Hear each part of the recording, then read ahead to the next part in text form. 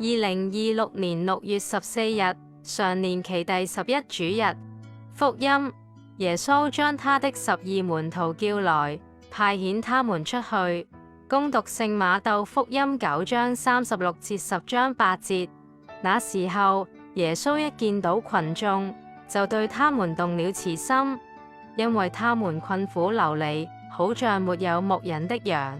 於是，耶穌對自己的門徒說：莊稼多，工人少，所以你們應當求莊稼的主人派遣工人來收割他的莊稼。耶穌將他的12門徒叫來，授予他們制服邪魔的權柄，可以驅逐邪魔，醫治各種病症、各種疾苦。這是12宗徒的名字。第一個是稱為伯多祿的西滿，和他的兄弟安德肋，載伯德的兒子雅各伯，和他的弟弟若望，斐理伯和巴爾多祿茂，多默和稅利瑪竇，阿耳斐的兒子雅各伯和達陡，熱誠者西門，和負賣耶穌的猶達斯依斯加略。耶穌派遣這12人，囑咐他們說：外邦人的路，你們不要走；撒瑪黎雅人的城，你們不要進。你們寧可往以色列家迷失了的羊那裏去。你們在路上應宣講說：天國臨近了。病人，你們要治好；死人，你們要復活；麻風病人，你們要潔淨；魔鬼，你們要驅逐。你們白白得來的，也要白白分施。上主的話。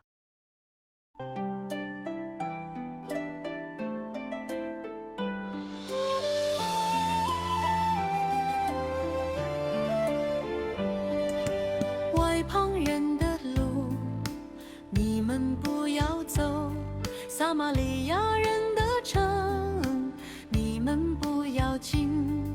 你們寧可往以色列家迷失了的羊那裡去。你們在路上應宣講說：天國臨近了。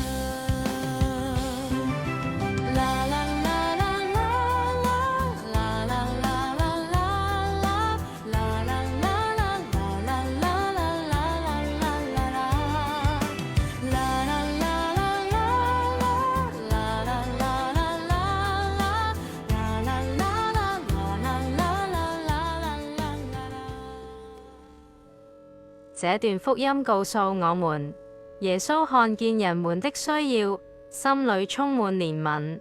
他召叫門徒，給他們力量，派他們去幫助別人。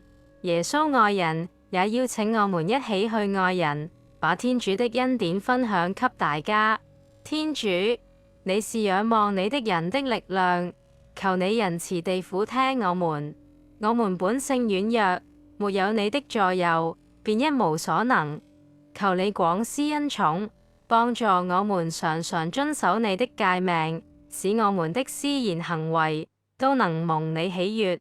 因你的聖子，我們的主耶穌基督，他和你及聖神，是唯一天主，永生永王。阿孟。